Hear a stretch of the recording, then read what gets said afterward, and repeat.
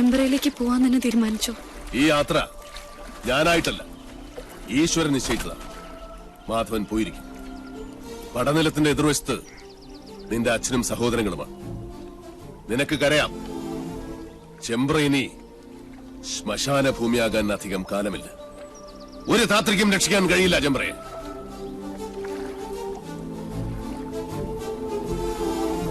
Postmortem report കിട്ടി. കുളത്തിൽ കിടന്ന് ശ്വാസം മുട്ടി മരിച്ചെന്നാണ് റിപ്പോർട്ട്.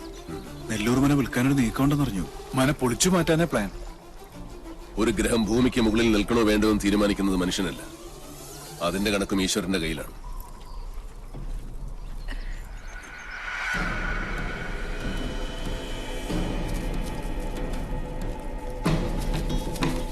ഒന്ന് പെട്ടെന്നാവട്ടെ. നേരെ അങ്ങോട്ടിട്.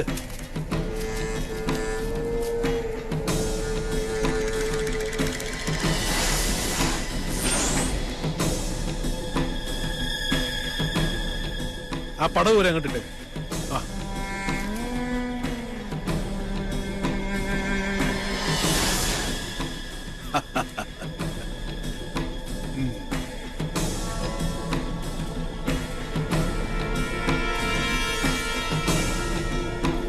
ഇതോടെ നശിക്കട്ടെ ചെമ്പ്രയുടെ ദുഷ്കീർത്തി, ശകുനം. നിന്ന് കത്തട്ടെ. ദാ അസ്ഥിവാരം വരെ ചാമ്പലാവണം.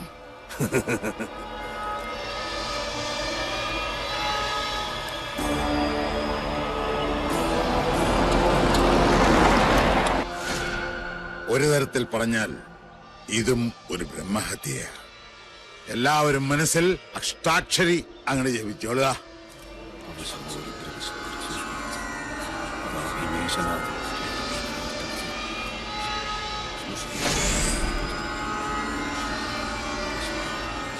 ഇനി ഒട്ടും അമാന്തം വേണ്ട, അതിനങ്ങിട്ട് അമർത്തുക.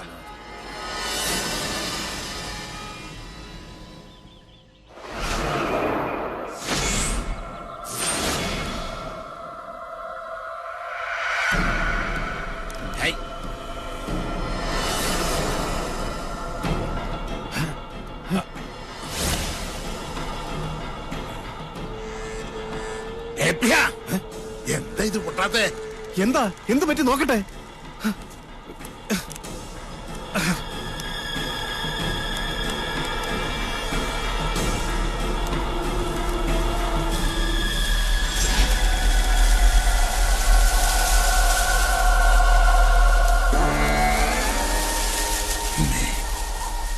പൊറുക്കണം, മക്കളുടെ മൂഢത മാർപ്പാക്കണം. അത് ലൂസ് കോണ്ടാക്ട് ആയിരിക്കും. ഒന്നും ഞെക്കി നോക്ക്. ഒരക്ഷരം വേണ്ടി പോരുത്. മണ്ട ഗണേശൻ, കണ്ണു തുറന്ന് നോക്ക്. അന്തരീക്ഷത്തിന്റെ മട്ടും ഭാവവും മാറുന്ന കാണുന്നില്ലേ? എന്തോ വരാൻ പോകുന്നെന്ന് എന്റെ മനസ്സ് പറയുന്നു. ശപസൂര്യ ശോഭയിൽ തെളിയുന്ന ദ്രോണ, നക്ഷത്ര കോടികൾ കഥിപനാം ദ്രോണ, ഉദയത്തിലോംകാര ശംഖമാം ദ്രോണ, ശരമാരിയാൽ ശിവനെ അർച്ചിച്ച ദ്രോണ.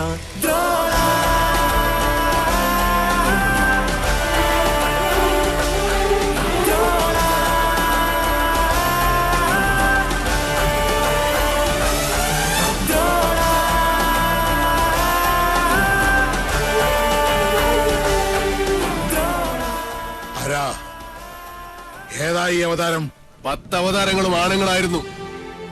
ആണുങ്ങളെ കണ്ടിട്ടില്ലാത്ത മണിയങ്കോട്ടെ അച്ചിക്കോന്തന്മാർക്ക് പുരുഷ പ്രജകളെ കണ്ടാൽ കണ്ണിൽ ഇരുട്ട് കയർ പിച്ചും പേയും പറയും. മാധവൻ, പട്ടാഴി മാധവൻ. ഇയാളെന്തിനാ ഇങ്ങോട്ട് വന്ന? അച്ഛനും മക്കളും വെച്ച പടക്കൊന്തേ പൊട്ടിയില്ലേ? രാവിലെ ഇല്ലത്തുനിന്ന് ഇറങ്ങുമ്പോ നെല്ലൂർമനെ കാറ്റത്ത് ധൂളിയാക്കി പറത്തിക്കളയാമെന്ന് വ്യാമോഹിച്ചു അല്ലേ? എനിക്ക് നെല്ലൂർമനെ ഇതുപോലെ കാണണമെന്ന് മോഹമുണ്ടെങ്കിൽ അത് തടയാൻ മാത്രം പോന്നവരല്ല മണിയങ്കോട്ട മണ്ണുണ്ണികൾ. മാധവൻ, പട്ടാഴി മാധവൻ, പട്ടാഴി മാധവൻ നമ്പൂതിരി. ഭഗവാന്റെ തിടമ്പ് പോലെ ചൈതന്യമുള്ള പട്ടാഴി മാധവൻ എന്തിനാ തിടുക്കപ്പെട്ടിപ്പ് ഇങ്ങോട്ട് വന്നത്? മന വാങ്ങാനോ അതോ കുഞ്ഞുണ്ണിയുടെ കൊലയറ കാണാൻ?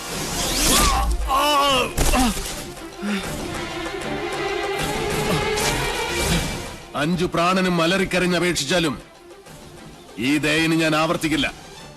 ഒരു ദിവസം അവസാനിപ്പിക്കും നിന്റെയൊക്കെ ധാർഷ്ട്യം ഞാൻ. പക്ഷേ അന്നും തീരില്ല എന്റെ വ്യസനം. അവനെ വിടുക. എന്താ വേണ്ടത് നിനക്ക്? എനിക്ക് വേണ്ടത് ഒന്നൊന്നായി ഞാൻ കൊണ്ടുപോകും. അതുവരെ കണ്ടുപോകരുത് ഒന്നിനെയും ഈ മുറ്റത്ത്. ഗുരുനാഥർ പറഞ്ഞ കേട്ടില്ലേ? ഇറങ്ങി പോവാ മുറ്റത്തുനിന്ന്. നീ ആരാടാ അത് പറയാൻ? നെല്ലൂർ മനയുടെ ആധാരം തൊട്ടുപോകരുത് എന്റെ കുട്ടികളെ. അവരിൽ നിന്ന് കിട്ടിയതുപോലെ ഇരിക്കും. ജീവച്ഛവമായി കിടക്കാൻ എണ്ണപ്പാത്തികൾ ഇനിയുമുണ്ടല്ലോ മണിയങ്കോട്ട്.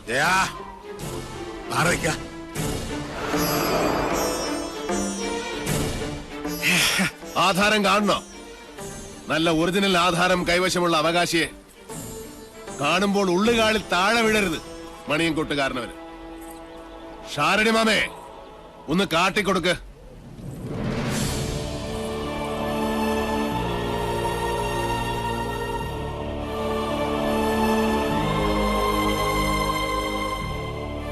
നെല്ലൂർ മനയുടെ അവകാശി തുളസിമണി. മനസ്സിലായില്ലേ? നെല്ലൂർ ഹരിനാരായണന്റെ ഒരേ ഒരു മകൾ.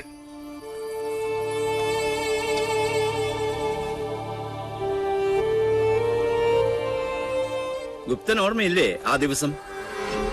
അന്ന് ഹരിയുടെ തോളിലിരുന്ന 5 വയസ്സുകാരി പെൺകുട്ടിയെ ആർക്കും കൊടുത്തില്ല. മണിയങ്കോട്ട് സാവിത്രിയുടെ കണ്ണിപ്പോലും പെടാതെ ഇവളെ ഞാൻ ശാലത്തെ അടുക്കളയിലിട്ട് വളർത്തി. ദുഷ്ടഗ്രഹങ്ങളുടെ ദൃഷ്ടിയിൽ നിന്നും ഒളിപ്പിച്ചു. സൂക്ഷിച്ചു നോക്കി മുഖത്തേക്ക്. ഇത് ഹരിനാരായണന്റെ മകളല്ലെന്ന് പറയാൻ പറ്റുമോ ക്രമൂപ്പീന്? പറ്റില്ല.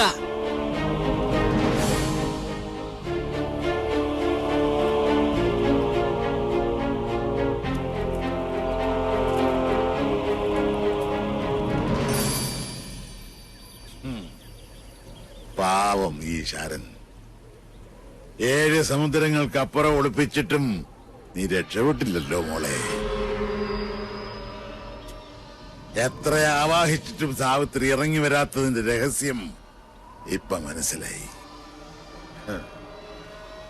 കാത്തിരിക്കുക അവള്. ചെല്ല്, വലതുകാല് വെച്ചങ്ങടെ കയറുക. ഈ തുളസിക്കതിരും സാവിത്രി പറിച്ച് തലേ ചൂടും. അതിനു മുമ്പ് സാവിത്രിയെ ചുട്ട് ഭസ്മമാക്കി നിങ്ങളുടെ നെറ്റിയിൽ ചാർത്തിയിട്ടുണ്ടാവും മാധവൻ. പഞ്ചഭൂതങ്ങളും അഷ്ടദിക്കുകളും 5 സ്വരൂപത്തിൽ വാഴുന്ന ഈശ്വരൻ സാക്ഷി. ഇന്ന് തുടങ്ങും നിന്റെയൊക്കെ രാപ്പനി. പോ, ചെന്ന് രാശി വെച്ച് നോക്ക്. നിന്റെയൊക്കെ ലഗ്നത്തിലും ചന്ദ്രനിലും മൃത്യു നിറഞ്ഞു നിൽപ്പുണ്ടാവും. പോ, വന്ന വഴിക്ക് പോകാൻ. മക്കൾക്ക് അച്ഛൻ വഴികാട്ടി കൊടുക്ക.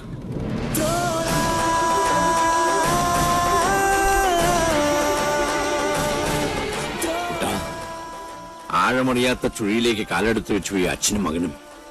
ഇപ്പൊ കുട്ടനും ഷാരടി മാമ മടങ്ങിക്കോളൂ. കുട്ടേട്ടൻ 4 ദിവസം കൊണ്ട് ഇതൊരു മനുഷ്യാലയമാക്കി ഞാൻ നിന്നെ ഏൽപ്പിക്കും. അതിന് സാധിച്ചാൽ മാത്രം പട്ടാഴിക്ക് മടങ്ങും. അല്ലെങ്കിൽ എനിക്ക് ചിത കൂട്ടാൻ കിഴക്കേത്തൊടിയിലെ മാവ് പോലും വെട്ടരുതെന്ന് അമ്മയോട് പറയണം. ശവം പാഴ്വിറക് കൂട്ടി അതിലിട്ട് കത്തിച്ചു കളയണം.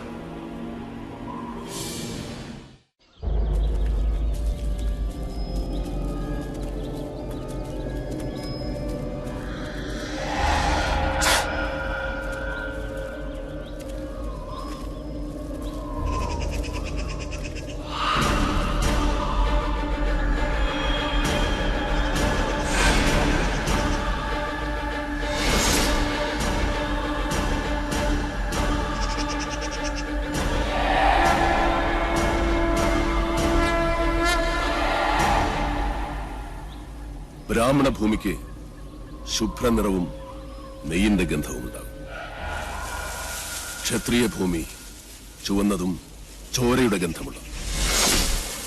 വൈശ്യഭൂമിക്ക് ക്ഷാരഗന്ധമുണ്ടാകും. കറുത്തതും ശ്മശാനത്തിന്റെ ഗന്ധം വമിക്കുന്നതുമായ ഭൂമി ശൂദ്രഭൂമി, പ്രേതഭൂമി. എന്റെ പഴനി മുരുക,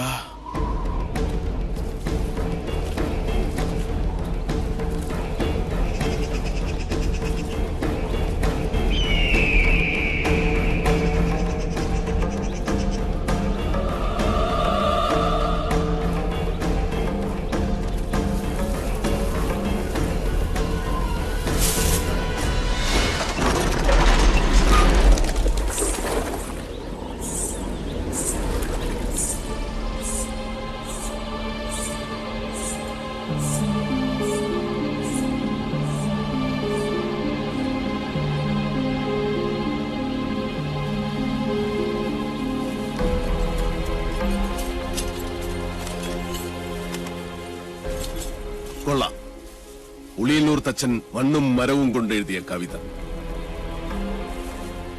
ഭൂമിയിൽ ഒരു തച്ചന് 8 തരം ഗ്രഹങ്ങൾ പണിയാം.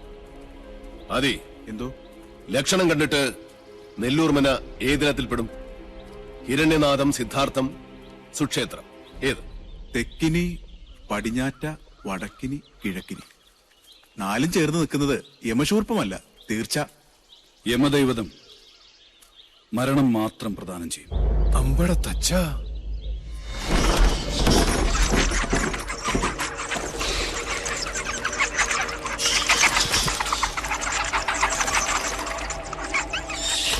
അതെ, ശരവണ, പഴനിയിൽ ആറാടിയ ഭസ്മവും പഞ്ചാമൃതവും ഉണ്ട്. ഒന്നും ഭയപ്പെടണ്ട, അടുക്കില്ല ധാത്രി.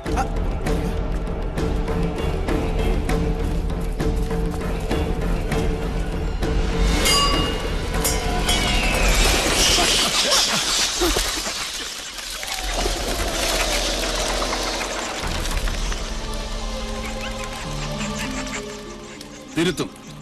എഴുതിയവനെ കൊണ്ട് തന്നെ ഈ കവിത ഞാൻ തിരുത്തിക്കും. സന്ധ്യയ്ക്ക് മുമ്പേ ഉളിയന്നൂർ തച്ചന്റെ തന്നെ താവഴിയിൽ ഒരുത്തൻ ചെമ്പറയിലെത്തും.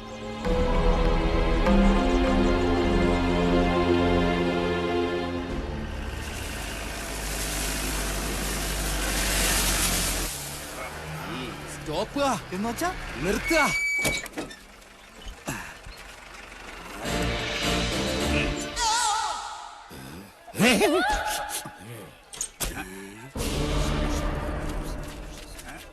ആരാ?